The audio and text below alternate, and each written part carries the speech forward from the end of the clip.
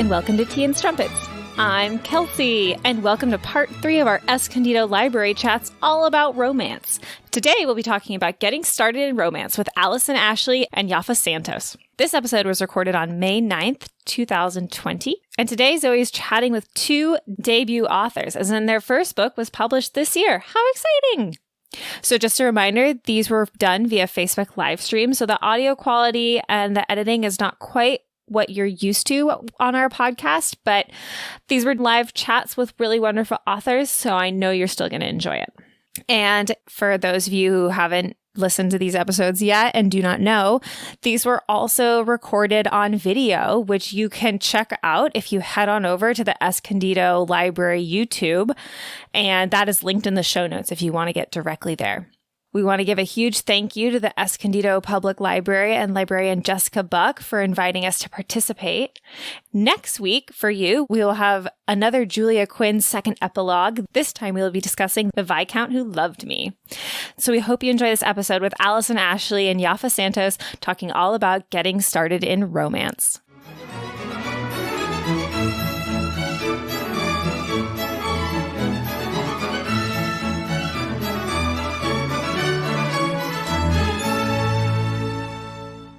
Hello again, and welcome everyone to the Escondido Public Library Romance Chat series. In this series, we've been talking to different authors that span the subgenres of romance. I'm Jessica Buck, librarian, and I'm joined by Zoe from Tea and Strumpets podcast. There she is.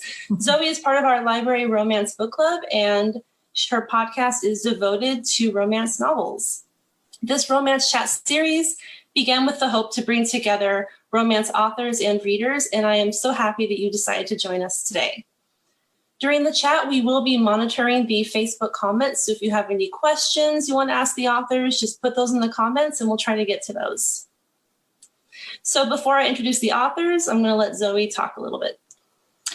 Hi, everyone. I'm Zoe. And before we get into our authors, as Jessica said, I just wanted to do a quick introduction of the romance genre for anyone who hasn't joined us before or, again, is joining us for the first time. So let's start from the beginning. What is romance? So generally, we agree to define it as a romance novel or romantic novel is a type of novel and genre fiction which places its primary focus on the relationship and romantic love between 2 or more people and usually has an emotionally satisfying and optimistic ending, which we call the happily ever after or sometimes a happily for now.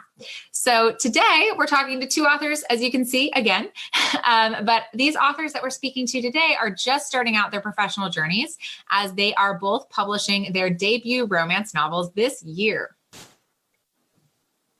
Okay, so today we are joined by the 2 debut romance novel authors, Allison Ashley and Yaffa Santos. So Allison is an oncology pharmacist who spends her days focused on helping patients through one of the hardest things life can throw at them. And with the publication of her debut novel, Perfection Distraction, a romance author. Woo. Her novel is available everywhere books are sold and is also available through the library via Hoopla. We are also joined by Yaffa Santos, born and raised in New Jersey. A solo trip to Dominican Republic and her teenage years changed her relationship to her Dominican heritage and sparked a passion for cooking and its singular ability to bring people together. Yaffa is graduate of Sarah Lawrence College, where she studied writing and visual art. She has lived in a lot of places, New York, Philadelphia, Santo Domingo, and now lives in Florida with her family. Her first book, A Taste of Sage, is available for pre-order and will be on sale May 19th, at which point you can borrow it from the library. Welcome, ladies. Thank you so much for joining us today. Thank you. Thanks for having us. Thank you so much for having us today. Yeah, absolutely. Yes, we're so excited because we have a lot of questions that we came up with and also some of our Instagram friends came up with. So we definitely have a lot of people who are interested in what it's like to become a romance novelist, which you guys have done. So congratulations.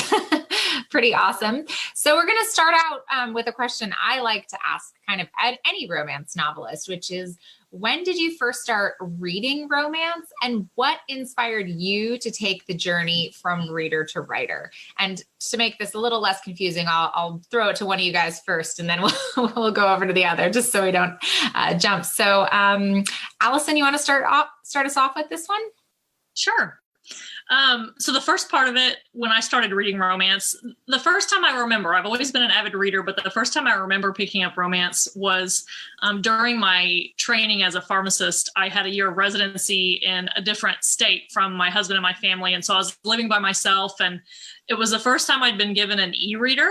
And I think I freaked out with the idea that I could just click and buy books at my fingertip and I could immediately read them. And I think I must have read 100 books that year. Actually, Zoe, I started with historical romance. So that was actually what I read very heavily at the beginning. And it's funny because I don't write historical at all, but I still love it. But that's when I remember starting reading romance. And I've really branched out to all types. I'm not picky. I'll do contemporary, paranormal, historical, anything.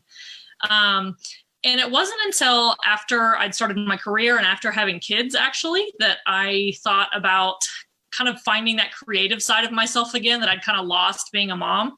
I love being a mom, but I kind of lost a little part of myself kind of before that. And so that's when I kind of thought, I wonder if I could do that. I love reading them, and maybe I'll try writing them. So that's kind of how it came about. Awesome. And how about you, Yaffa? I was about 16 years old when I first started reading romance. My grandmother was an avid historical romance reader. And one day she just grabbed a novel and, chucked it at me and said, here, read this. No explanation, no context, just psh. So that was Island Flame by Karen Robards. And I was 16, so I obviously had a very different perception at the time than I did when I was in my 30s, came back and talked about this and realized, there really were some issues with there was a 17-year-old protagonist with a 35-year-old love interest. But at the time, since she's older than me, I thought, well, she's older than me, so it must be okay. So it took coming back to, her becoming mature to realize but so I'm not recommending that one anymore necessarily. But that's how I started.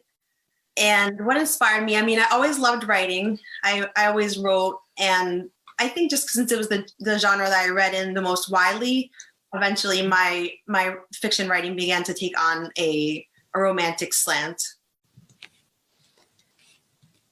Awesome. Sorry, I was just arranging my questions a little differently because once you guys said that, I thought, I want to ask things in a different order. Gotta roll with it. So I got distracted by my document here. But Jessica, you want to take us to the next one? Yes, absolutely. So we want to know about your first book. Why did you want to write this story first? And is this the first book you've ever written, or do you have notebooks full of writings under your bed that you've hidden away? So Yaffa, you want to start us off here? Well, I feel seen. I have notebooks that have followed me somehow. Like Jessica said, I've moved a lot, but somehow they always seem to come with me, even if I don't plan it. And I had attempted to write a novel before this current one, but this is the first one that I completed, and I felt a sense of completion with. I felt comfortable with where I was with it. What inspired me, my main character, Lumi, is a Dominican American living in Upper Manhattan, and I've been a Dominican American living in Upper Manhattan. So that's probably where it started. I started thinking about just the neighborhood, and then also I came up with the idea of having a woman chef who's working in New York. I worked in the service industry in New York also too, so that was another connection for me. Mm-hmm. And at some point I decided I wanted to have another aspect that's also like beyond the five senses, where I came to the idea of her being able to taste food and know what the person was feeling when they cooked it. Very cool. I'm excited. I've read the blurb and I think it sounds really cool. Allison? So the question about if it was the first book or other books I've written. So also I feel like, why are you attacking me? But so, Perfect Distraction is not the first book I wrote. I actually wrote 3 full-length novels before getting to that one. And it's funny because when you start writing, if you're not, real knowledgeable about the process, which who is when they start, I kind of had this perfect idea in my head that I would, write them and publish them in order, and they were all going to go, a certain way. And when I was writing the first 3, this idea, and they have nothing to do with my day job, they're not medical at all. I had this idea forming in my mind about a job or a book where the heroine has the same job as me, where she's an oncology pharmacist, and maybe there was, a romance formed with a patient, which I feel like I should sneak in there that's never happened to me. A lot of people ask me that if you ever, fallen for a patient now. But it was just kind of something that's been sitting in the back of my mind for years. And so when I actually sat down to write it, it just came so easy. And I actually wrote the majority of the book in about a month. It's by far the fastest I've ever written a book. It just poured out of me. And so it was kind of a write what you know situation, which is why I felt like writing that one. Just having a full-time job and having 2 young kids, I kind of mentioned I love historical romance, but the idea of all the research that goes into that, I just can't ever imagine having enough time. So I figured, if I'm going to write something but still have all these other, responsibilities and jobs that I still want to keep, then I'm going to write what I know. And so that's kind of where that came from. And also it just seemed a little different. I never read a book about a pharmacist. So why not have us represented in the romance genre? So.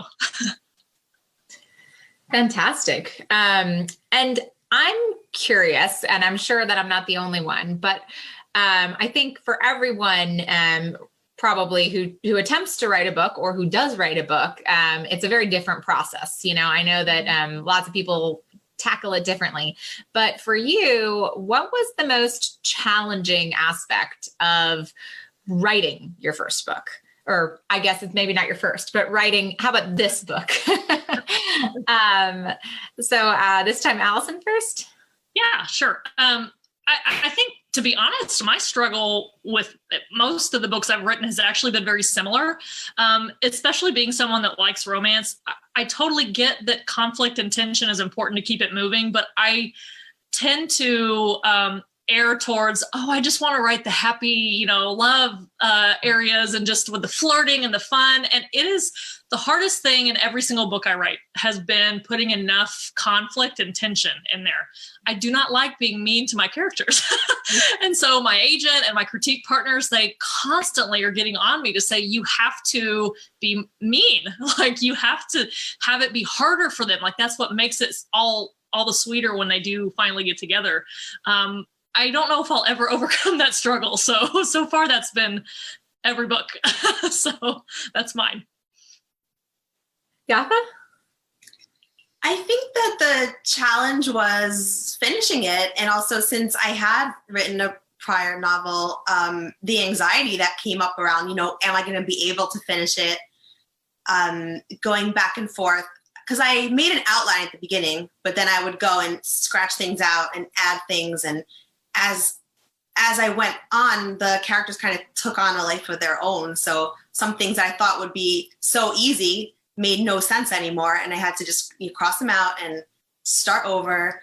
So I think more than actually finishing it, it was the anxiety about, am I going to be able to finish it? But once I got a clear idea of how I wanted to go, it flowed a lot better. Awesome. Jessica? It must have taken you guys a lot of time, and that kind of goes into our next question. Are you writing full-time, or do you have a day job? How's that going? We'll start with Yaffa. Okay. I do have a day job. I do social media management for an online school. So it is a question of balancing time between day job, writing, family, children, now homeschooling because of the situation. Oh, My goodness. Yeah. And we know a little bit, Allison, about your job, but if you want to talk more about that and kind of how timing and maybe just going, because I'm imagining that your job can get emotional at times, and just how that kind of affects your writing. Yeah, that's actually, even though I started reading romance, well before I was in an oncology specialty, I think that's one reason why I've really never deviated to anything else. And that's also sort of why it was the genre I wrote. Reading it and writing it is sort of my escape. I truly love my job, but you're absolutely right that it can be very difficult. And toddlers can be very difficult. So both, after a long day, at the cancer center where I work, and then, after the kids are in bed, that's kind of my writing time. So I really pretty much every day, from 8 p.m.-ish until I can't keep my eyes open is when I write. So it's kind of finally when I can kind of debrief and escape from the stress and the kind of hard stuff and escape into a happy world of love, which is also probably why I hate writing the tension parts, because I just want it all to be happy. So, but it definitely is kind of my way to get away from it for a little while. Yeah, absolutely. Romance is the escape for sure, but it's so much more than just an escape, as we all know. But I won't deviate too much into that discussion right now. But because I want to talk about publishing. You guys are both publishing your first romance novel, I believe, this year. So I want to know, what was your journey to publishing like? How did that happen? Where did you start and how did you get there? So I can't remember who we started with last time, but Yaffa, you want to start us off? Sure. I queried for about 2 years before I connected with my agent. And can you tell people who don't know what that means? Oh yeah, sure. I wrote letters to agents to see if they would represent me. I sent them a small portion of the book, depending on what they asked for. Some would ask for 5 pages, some 10 pages, some the whole thing. So, I was constantly like cutting and pasting to make what they were asking for. So I did that. I wrote the letters to agents for about 2 years, just rejections the whole time. And yeah, after about 2 years, I finally got a yes. And that's good because I was about to give up. So it was in a good time. And what happened after you got a yes from an agent? Okay. So then I had the book go to the London Book Fair, and that's where it was read by my editor, who expressed interest, and we connected. We talked over the phone. She read the manuscript, and then we agreed to work together. Wow. And it comes out in just about a week, right? Ish? Yes, it comes out May 19th. That's exciting. It's stressful right now for you. It'll be great. Yeah, thank you. Allison, I believe your book came out earlier this month or fairly recently? It was March 23rd, I believe. So it's been about 2 months. Right now, sorry. Oh, no, please. I totally get it. Having a release during a pandemic has been, it's hard to know how to feel about it. Some days I'm like, oh, well, people are at home reading. And some days I think, why did this happen? So, it's both.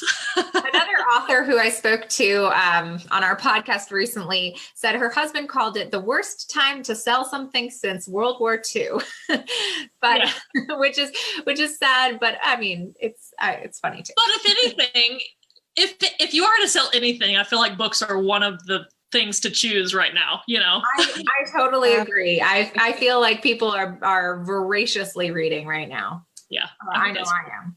I just got a few books in the mail I'm excited about, so that's where the money's going. Yeah, exactly. We're helping the economy, guys. Buy our books. Yeah. So Allison, how about your publishing journey? How did that go? So mine, I feel like it was kind of a whirlwind. I had actually queried my first book that I wrote for about 4 months, right before NaNoWriMo, which I'll briefly say that is kind of a competition is kind of a weird word because it's actually a lot of people doing it together, but it's kind of a competition with yourself where people band together the month of November and try to write a full-length novel in a month. And that's actually, so it was that plus the idea of Perfect Distraction that pushed me to write it in a month. So I'd been querying up to that point, and I wrote Perfect Distraction in November. And on December, like the second week of December, there was one of those Twitter pitch events, Pit Mad. And I knew it was probably a horrible idea because I had literally just written it and I hadn't really cleaned it up much. But on a whim, I figured, well, why not? I pitched Perfect Distraction on Twitter and got several agent likes, which if they like your tweet, it means that they think it's interesting and would like you to query them, basically. And so I really hadn't expected much. It was kind of just a practice and the pitch event. And actually, that is how I got signed with my agent. So it was really, it happened very quickly for that book, even though I'd been querying before. And so we kind of cleaned it up with my agent a little bit. She kind of has an editorial mindset. And within a few months, we'd sent it out to publishers. And Entangled is the publisher who picked it up to put it out. And they published it in about a year from the time that they kind of, we signed the contract, which is relatively quick. It's them being kind of a primarily digital publisher. Things moved a little faster, which is kind of nice. Instead of, all these authors I know, it's been 2-3 years from when they sign their contract when their book comes out. Patience is not one of my virtues. So it's been really nice. Wow. Yeah. The whirlwind. I think it's interesting because I feel like everybody who I talk to that has become an author has a completely different story. It can be, it can be the blink of an eye and a first try, or it can be years later before success comes. And I think that just shows to keep doing what you love and keep at it, and good things hopefully will come. Yeah, I agree. So Allison, you were talking about how Twitter was how you connected with everyone. So what kind of resources did you use, not only just in writing, but in connecting with publishers, in connecting with other writers? What kind of resources were available to you? During the writing process, I was really lucky to have actually a colleague that I work with, who a character in the book is based off her. She knew a pretty prolific romance novelist who'd published several, I think 13 or 14 novels. And so she lived in my town and she connected us. And so I sort of had a romance novelist mentor as I was writing the book. So that was something that I was very lucky to have. It's not easy to find, it's super important to find people in the writing community, but finding someone who's willing to mentor you who'd published a lot, it was extremely helpful. So I would never have gotten here without her help. And then I think really, it feels weird to say Twitter again, but it is for me, it has been such a great place to connect with other writers. Agents and publishers and editors are all over Twitter. I mean, of all the social media sites, that's where I feel like the writing community is the most active, whether it's other writers or professionals of the industry. So I really, I am so glad that I joined it just for the writing element. I didn't know how to use it before then. The first time I tried to retweet something to get a agent's manuscript review or something, I did it wrong. So I didn't know how to do anything, but it's gotten better. So I think those are probably my biggest resources. Yeah, social media is amazing. It's been changing the world ever since we started using it. And how about you? Are you on Twitter? Sorry, Zoe. I was just saying it's great and terrible at the same time. I mean, oh yeah. I know I was reading someone saying that they always hope that they never trend. Yeah, it's usually not a good thing. No, yeah. You don't want to trend. So yeah, but what resources do you use? Do you rely heavily on social media to connect with people? Do you go to any kind of meetings? What are the resources that you like? Well, I started out with 2 critique partners when I first started the novel, and these were people I knew from college time who were also actively writing. And then I did go onto Twitter and I connected with a group of about 20 women who were all beta reading each other's work. And that helped me a lot. It helped me to be with them and to also to be reading other people's work as well as getting their feedback. So I would say Twitter has been a huge resource. Also just doing all the pitch events, like Allison mentioned, helped a lot in terms of refining my pitch. I mean, this is a learning curve. When I first started, like, I didn't even know, what should be in a pitch, or, I mean, we know basically what a pitch is for what, generally, but for this specific, for writing, at first I didn't know what to put in there. I didn't know what would make it pop. So that's been a huge learning curve, like learning all the pitching, practice, everything that goes into, getting connected to agent, connecting with editor, etc. Well, I'm so happy that both of you are on Twitter, because that's how you found out about these chats, and that's why you're here today. Yeah. So thank you, Twitter. I spend too much time on there. I've noticed my writing productivity has gone down since I've gotten better at Twitter. Don't we all spend too much time on there? To get sucked in. I've put limits on my phone for apps, but then it's also really easy to click the ignore limit. But at least I'm trying. So when you guys went through this publishing process of your first book, I'm curious what aspects of the publishing process surprised you. Was there anything that kind of came out of left field, or was more difficult or easier than you thought it would be? And we'll start with Yaffa for this. I think just the way that things were compared to my experience. For example, when I had my cover, my title, I was told a lot, don't get too attached to your title because you're not going to be able to keep it. Your title is going to be changed. But actually, my title, A Taste of Stage, is the same title that I had. I mean, I did have a prior title, which I experimented with, but ultimately when I was querying and when I connected with my agent, that was the title that I was using. So I was surprised by that. And cover, I think that I expected to have a little bit more. I mean, I wanted something I wanted like very like abstract pictures of fruit, and they were just like, no. I'm really grateful because I love the cover now. Is it okay if I show for like 2 seconds? No, absolutely. Please. Yeah, it being this. Yeah. And it's very colorful. It's very, it has. I love how sassy she looks. Yeah. So I ended up loving it, but at the beginning, I was disappointed because I wanted my, like comfort me with apples scene, and that didn't happen. But it's okay. It's funny you say that about your title. Another book that came out just last year was Bringing Down the Duke, and the author of that one told me she just picked that title because she thought that it sounded, it had that kind of alliterative moment in it, and it sounded like something you've heard, but she just never expected it to go all the way. And lo and behold, it did. Sometimes it does. So, Allison, same question. So I think it was interesting and not necessarily surprising, just with how much kind of reading and research I'd done about the traditional publishing process. But I will say it was true.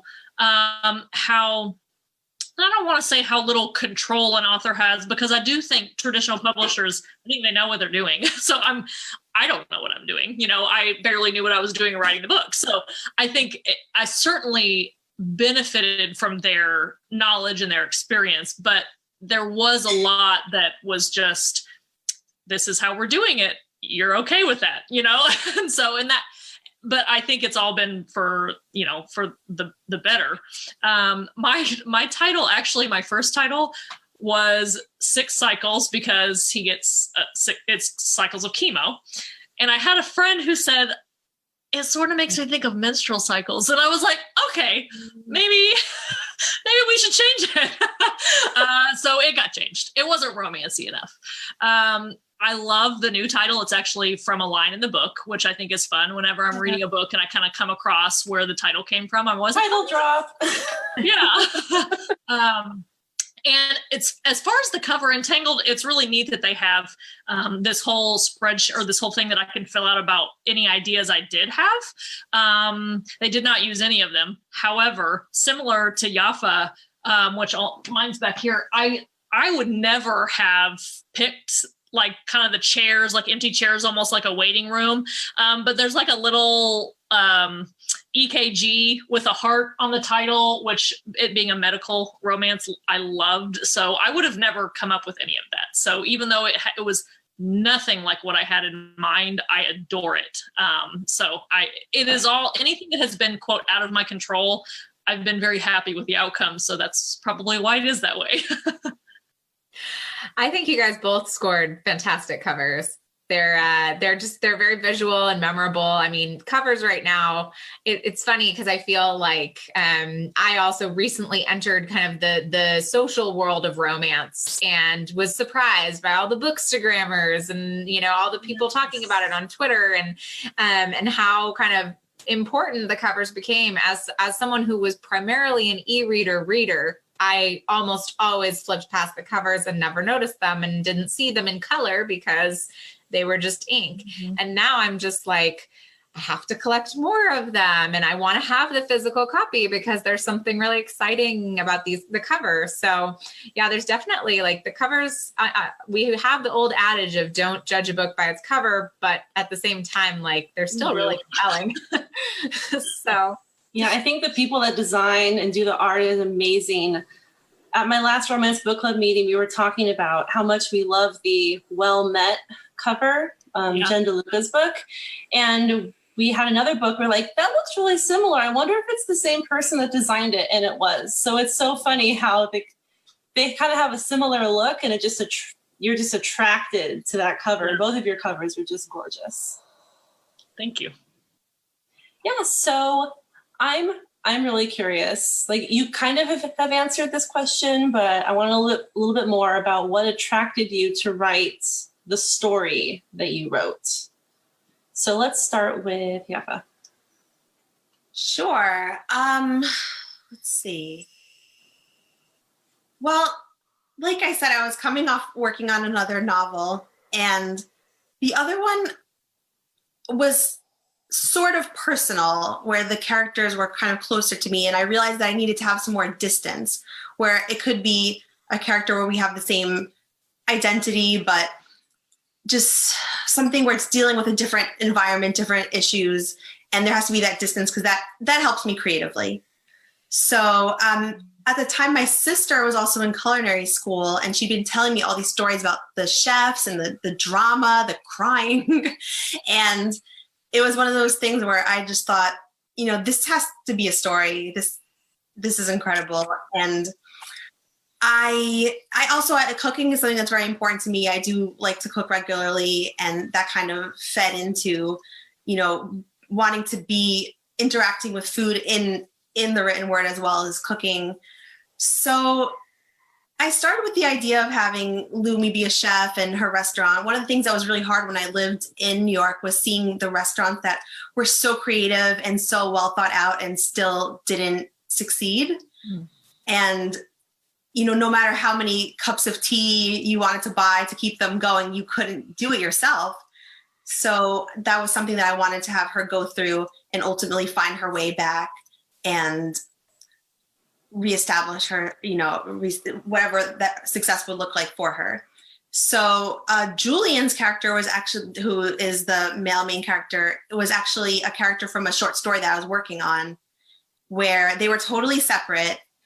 And, you know, as I was thinking, like Allison said about adding more conflict and tension, I was thinking, you know, what other characters can I add in? So I thought, you know, it came to mind, I could add Julian. And my first reaction was like, oh no, they'll hate each other. Then I realized, you know, oh, okay. That worked out. There you go. So I went from there. That's great. Cool. How about you, Allison? So I think there's a couple reasons, or a couple just more details about wanting to write, you know, kind of something I knew. I think, it was important to me to show what it's like from the provider point of view. I feel like, you know, cancer is a hard subject for anybody. It's hard to write about. It's hard when if you know someone who's gone through it, if you've gone through it, you know, cancer is not a word anybody wants to hear. But I feel like almost all the books I ever read that had to do with cancer, it was either a patient or a family member. And I hadn't ever read a book where somebody on the provider side was a main character. And so there were two aspects that I really kind of wanted to highlight, just what it kind of feels like to be a provider, and always, just kind of being surrounded by people going through that really all day, every day. And the ups and downs of that, because there certainly are downs, but there are also so many ups. And I tried to show that too, and how the healthcare teams really usually band together pretty tightly to kind of get through those things. And so the other providers, the PA and the nurse that Lauren works with, are so important to her. And that is how I feel those two characters are both based on the PA and MA that I work with on a daily basis.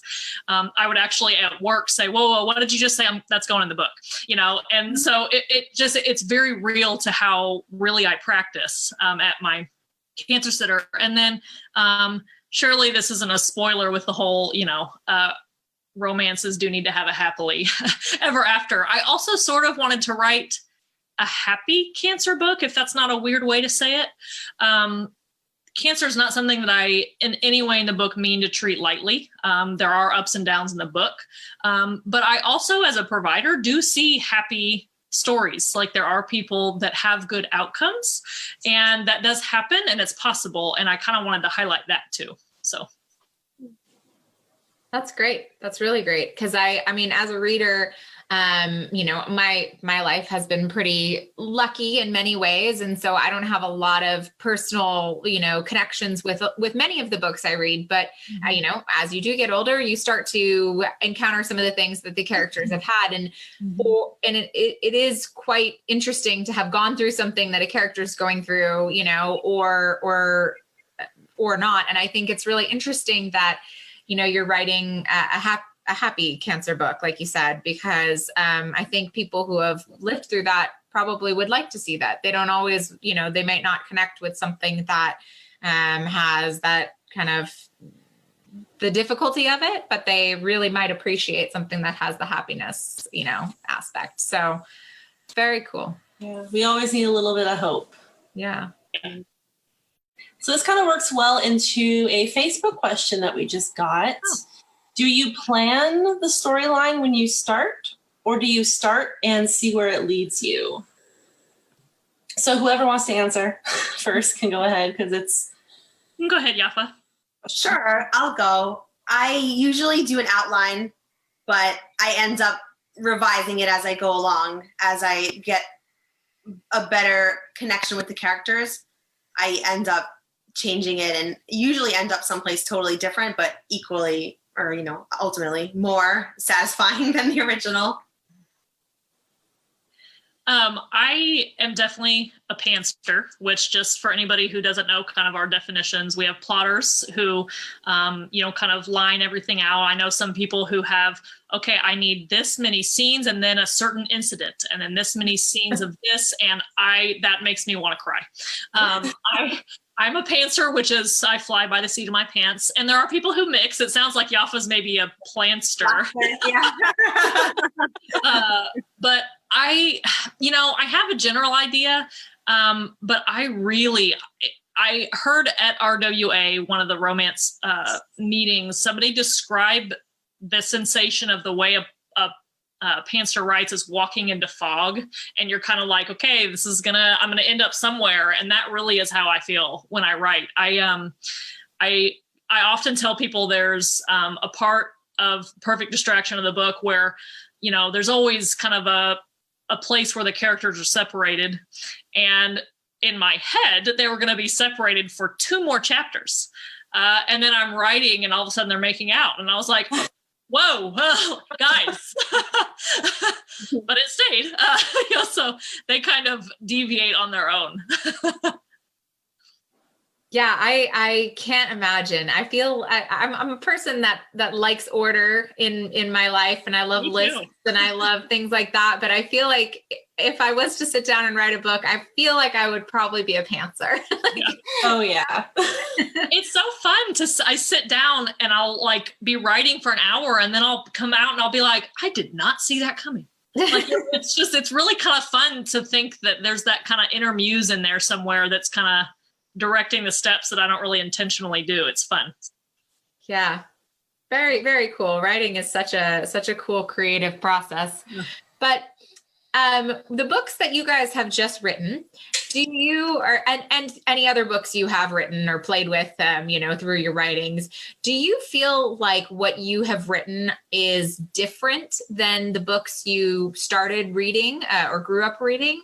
And if so, how would you say that they are different? And we'll start with Allison. I think the main way they're different is I kind of mentioned that I started reading historical romance. That's probably the biggest difference with kind of what got me into romance, is that I write contemporary. I love the idea of writing historical, but I truly can't imagine ever doing that justice. And so I'll just be a forever fan of those kind of books. I think the thing that I do similarly to, in the contemporary world, some of my favorite authors, I think some of the things that I do similarly are writing books with really kind of deep emotion, but also humor. Like, kind of, I wouldn't necessarily call my books like rom-coms, but it just kind of naturally comes out with a lot of kind of dry humor. And so I think those are things that are similar to some of the books I love, but the historical contemporary part is completely different. How about for you, Yaffa? Like Allison, I started out reading historical, so I'd say that's the biggest difference, is that when I started out reading romance, I read mostly historical and I write contemporary. But I wouldn't say that I would never do historical, just that I have to be up to the headspace in terms of research. And like Allison said, I would be afraid not to do it justice. So like quarantine time is not the time that I'm going to be starting that, because it's just, I know that I'm not in that headspace to do like acute historical research. Like that's not going to happen right now. So I might come back to it in the future, but I think like I need to give myself that birth to just say, okay, like that's not going to happen and don't even try right now. Yeah, I feel like now is not the time for brand new things, right? I feel like in general, creativity is a little bit harder to find in these times, just because it's just stressful in a lot of different ways. And so, I can understand. If anything, I could do a historical that would be like 20 years ago, or, like when I was in high school. I know exactly what was going on. Totally 80s. That's 40 years ago now. What am I talking about? Don't making me feel old. I could do one 5 months ago where it was totally different. Oh my gosh. Jessica, you taking the next one? Yeah, absolutely. So both of you have kind of talked about the reasoning behind the books. You've put what's familiar, things that are near to your heart. But what's important for you to have in your books when you write? What do you want the readers to get from your stories? And I guess start with Yaffa. I think that for my main character, Lumi, it was important for me to feel that she had met her match when she came together with Julian. Not something that she would have thought from the beginning.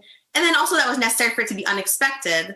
This is something Allison said before also about conflict and tension. But if they met and they just recognized, then that was it. Like, where's the tension? Where's the growth? I mean, it was important for me, for both of them to have a growth arc, and also to feel that in each other they had met their match, and just to have that develop over the course of the story. And then also it became important to me to have an element that went beyond the 5 senses, because that's something that I'm very curious about. Not to say that I have any answers. I don't have any answers about what's beyond the 5 senses. Because I've gotten that question before too. Like, oh, do you know something about that? Like, no, I don't know anything about that, but I think it's very interesting.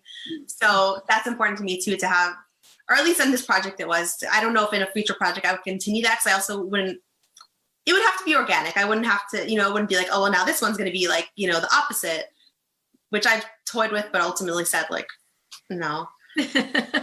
But although I can say that I have thought about doing a future project where it does continue the food and cooking theme, but a different, different couple and different businesses, different projects. I love romances that have to do with cooking. Like No Reservations is one of my favorite movies. So as soon as I saw your book on NetGalley, I was like, oh, there's cooking involved. They probably aren't going to like each other at first. It's going to be amazing. I was so excited.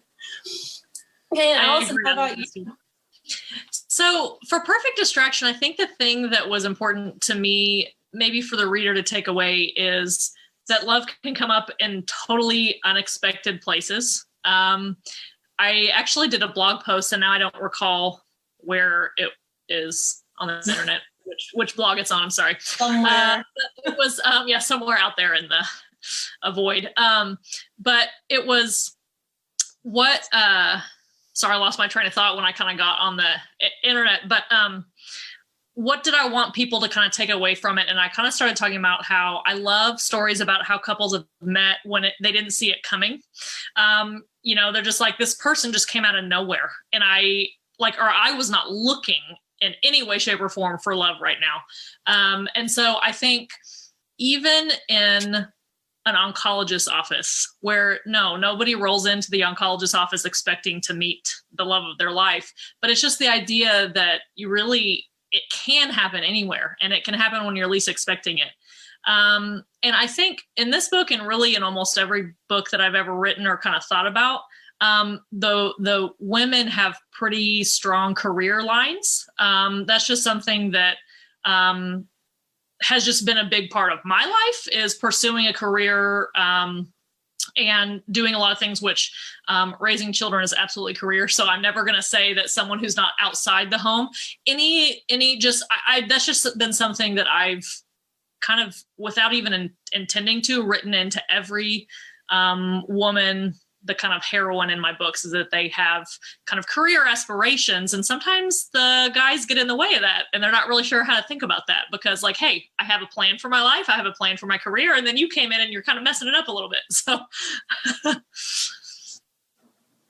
I appreciate that. As a reader, I read, like I said, mostly historicals, but still I love it when, the heroine, I see her going through her passions and finding balance between all of the things in her life. And I think that, that's something we're all looking for in life, right?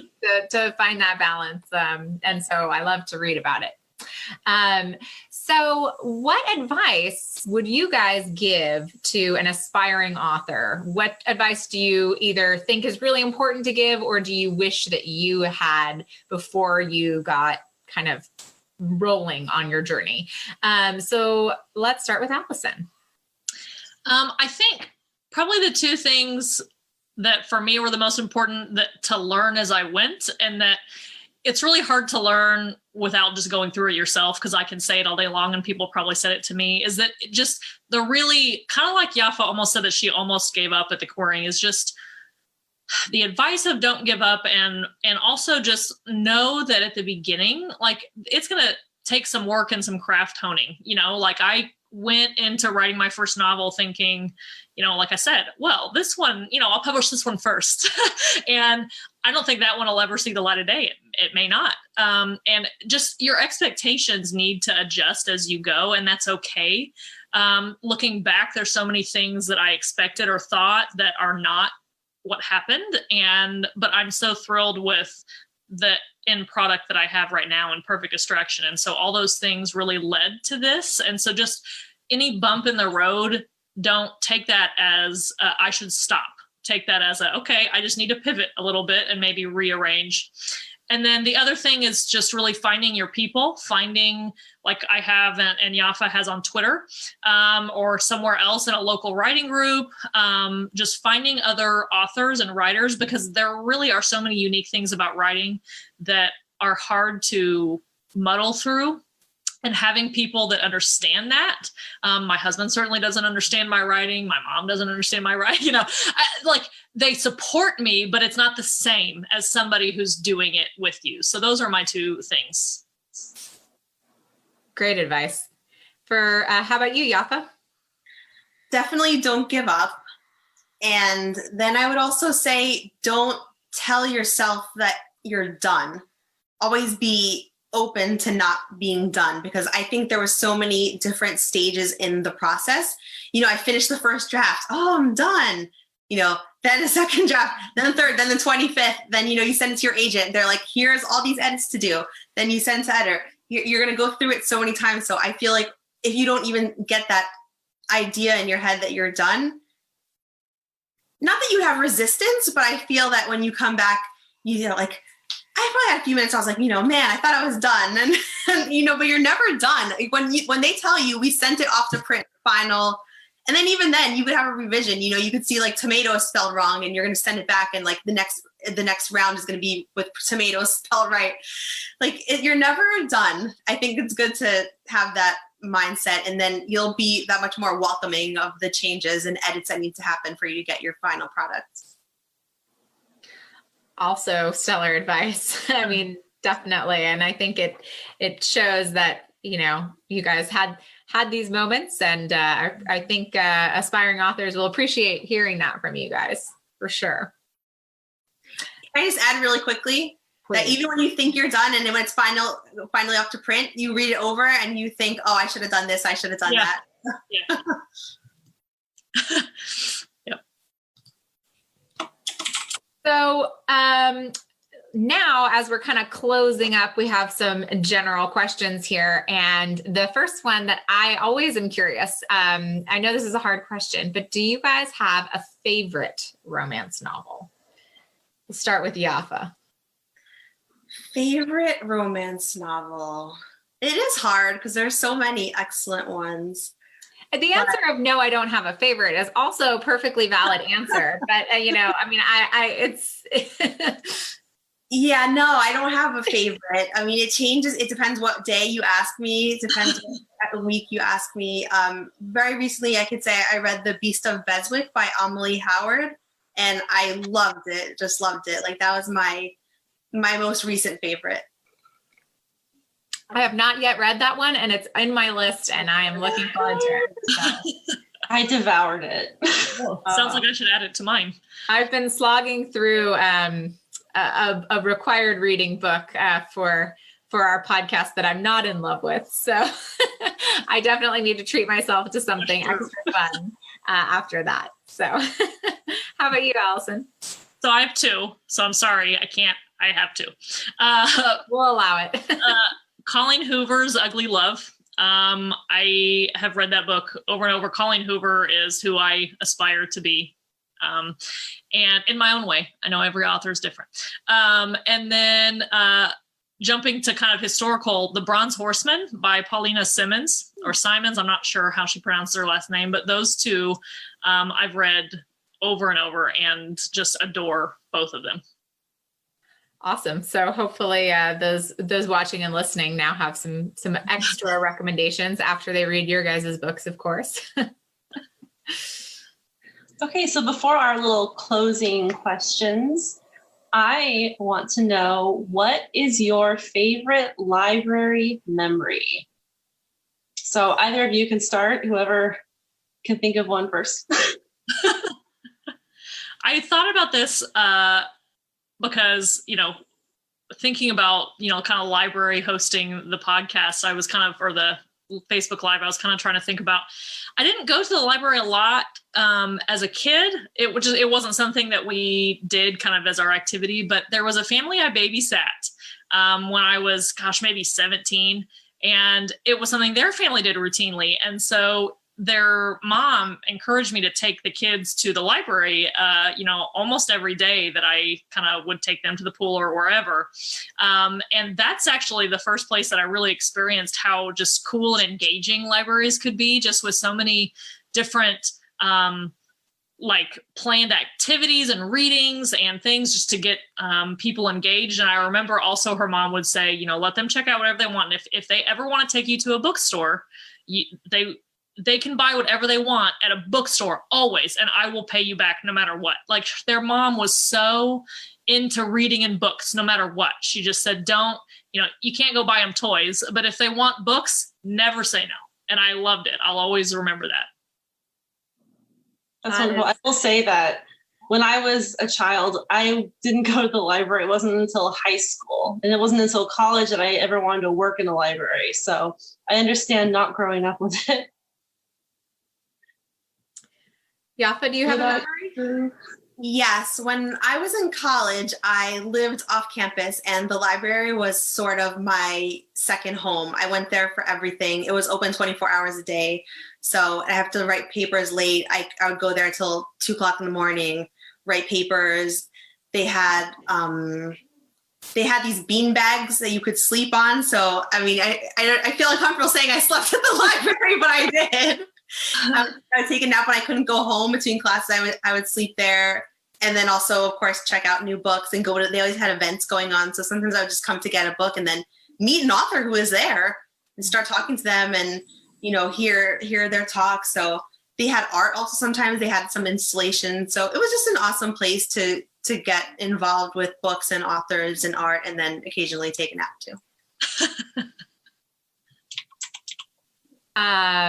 So in closing now, we're curious, and I'm sure everyone is curious, what is next for you? You guys have just, one of you has just published a novel. One of you is just about to have your novel come out. So what's next? Let's start with Yaffa.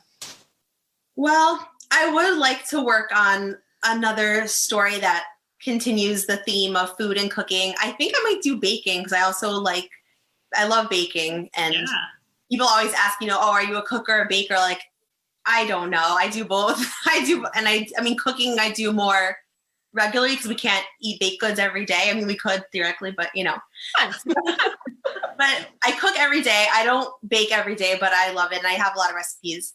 So I'm thinking I might want to do something with that. The point where I'm getting stuck on is like, is it happening before this? Is it happening after the situation? What's that going to look like? If that is, then when is it going to be? So I may just start and not set the dates. That's another thing, is that you can always go back and change the dates. I mean, I can just say hopefully, right? I can say it's June 2020 and, here we are in the bakery. And then, if that doesn't work out, I can just go back and change it later. So I might just do that. Great. How about you, Allison? What's next? So the voices in my head don't stop. And so I have written 2 books since I wrote Perfect Distraction. I'm abnormal. So one of them is in the same world, and it's a follow-up with 2 characters that are in Perfect Distraction. They're standalones, but they, do have shared characters. And so that one, hopefully I'll be able to say it's going to be published soon.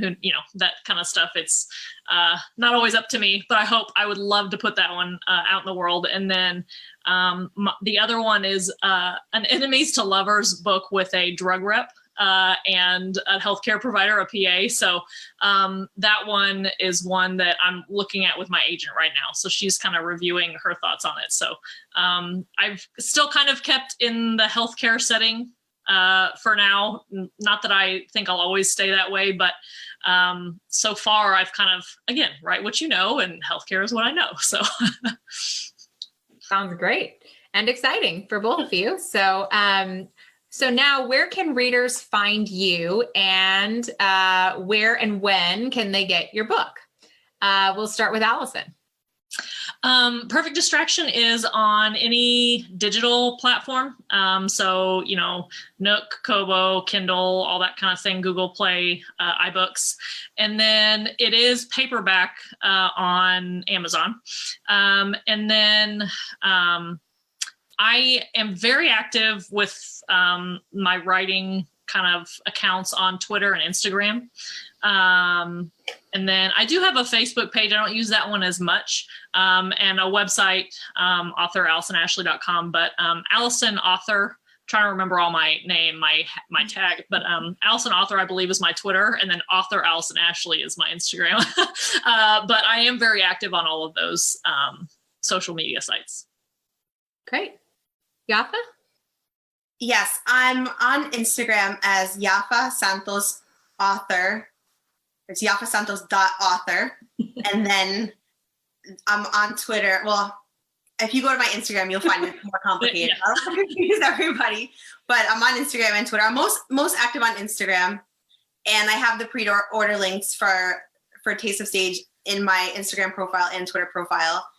May 19th, it's going to be available as a paperback from, all the major book retailers, and then also as an ebook.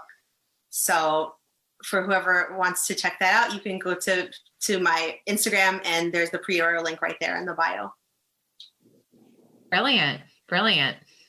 Yes, and I will pop in and say that Allison's book is also available on Hoopla, and we're going to get your book, Yaffa, as soon as it's available. Cool. Yeah, I didn't know what that was until somebody said they read it from Hoopla, and I was like, oh my gosh, is it like up on some like piracy site? I didn't know what that was. And then I was really excited that it was like a library site. I got super excited, so it's legit. It is legit. Well, we just want to say thank you so much for joining us. Thank you to our authors, Allison and Yaffa, and Zoe. Thank you so much for spending time with us. Now, before I officially close, I'm going to let Zoe talk a little bit about her podcast, since she spent time with us. I know you gotta do the plug, right? So, hi everyone. I have a podcast called Tea and Strumpets. We talk about historical romance novels. We do a synopsis and then a discussion. We also have author interviews like this one. So if you enjoyed what you saw here today, we've got a few of those, and we are everywhere you can find podcasts, and our website is romancepod.com. Yes, and I recommend that you listen to them all because they are wonderful. So just really quickly before we end, I want to let people know that right now our spring virtual activity challenge is going on at the library. You just go to our website, sign up, and you can get points for doing digital activities and possibly win some e-gift cards. We also have tons of free digital resources available from the library. We have Hoopla, we have Libby, so you can have the ebooks, you have the e-audiobooks. We have as much as we possibly can. And you can always check out our calendar to see what digital events are going on with the library.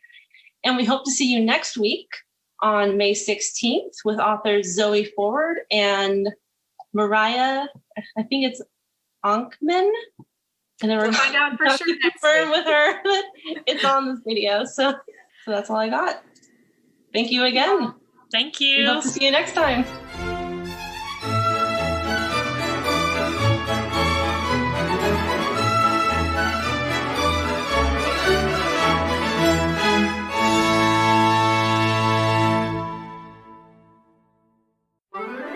Tea and Strumpets is part of the Frolic Podcast Network. Find more podcasts you'll love at frolic.media/podcasts. Hey everybody, we are Learning the Tropes. I'm Erin. I'm Clayton. And I'm the romance novel veteran. And I'm the virgin. And every week we read a different romance novel, and then we talk about what we loved about it. We talk about all of our favorite tropes. We talk about only one bed, secret places. Secret places, that's mine. You stole it. Every trope under the sun. Mm-hmm. And to give you a little taste of our show, we're going to play a clip from an episode where we reviewed Lorianne Donner's Fury. Justice was a secret perv. He wanted to bust in and see sex. Oh, I mean, we can't tell you every single time they had sex or anything, Justice busted in. And it's like, just be cool, dude. Uh-huh. But also, Fury, put a sock on the door. Like, just be like, I'm banging my girlfriend. Yeah. Don't come in. Bro code. Do the new species not know about bro code? Learning the Tropes comes out every Wednesday, and you can listen to us anywhere you listen to podcasts. So come check us out.